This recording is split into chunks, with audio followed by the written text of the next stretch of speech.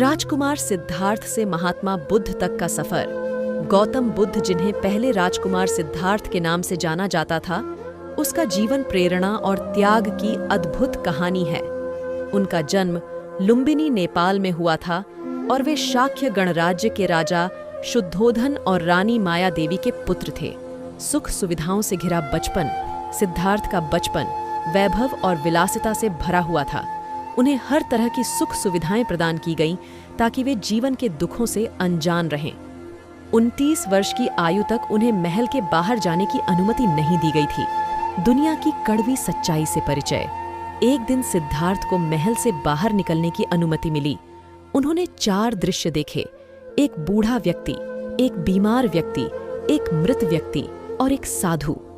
इन दृश्यों ने उन्हें जीवन की क्षणभंगुरता और अनिश्चितता का एहसास दिलाया। ज्ञान की खोज में प्रस्थान, यह अनुभव सिद्धार्थ के लिए एक महत्वपूर्ण मोड़ था। उन्होंने राजसी जीवन त्यागने और सत्य की खोज में निकलने का फैसला किया। उन्होंने अपना घर-बार, पत्नी और पुत्र राहुल को छोड़कर तपस्या और ज्ञान की राह पर चल पड़े। 6 वर्षों की कठिन तपस्या। अगले 6 वर्षों में सिद्धार्थ ने कठोर तपस्या की, भूख प्यास और तपिश सहन की। उन्होंने विभिन्न शिक्षकों से शिक्षा ग्रहण की, लेकिन उन्हें सच्चा ज्ञान नहीं मिला। बोधगया में ज्ञानोदय अंत में, बोधगया में एक पीपल के पेड़ के नीचे बैठकर उन्हें ज्ञान प्राप्त हुआ। 35 वर्षीय सिद्धार्थ अब गौतम बुद्ध बन गए थे, जिसका अर्थ है ज्ञानोदित बुद्ध का जीवन और शिक्षाएं। गौतम बुद्ध ने अपना जीवन दूसरों को सिखाने और उनका मार्गदर्शन करने में व्यतीत किया। उन्होंने 4 आर्य सत्यों और अष्टांगिक मार्ग का उपदेश दिया, जो दुख से मुक्ति का मार्ग दिखाते हैं। प्रेरणा का स्रोत। गौतम बुद्ध की कहानी हमें प्रेरणा देती है कि हम भी जीवन के दुखों का सामना कर सकते हैं और ज्ञान और मोक्ष प्राप्त कर सकते हैं।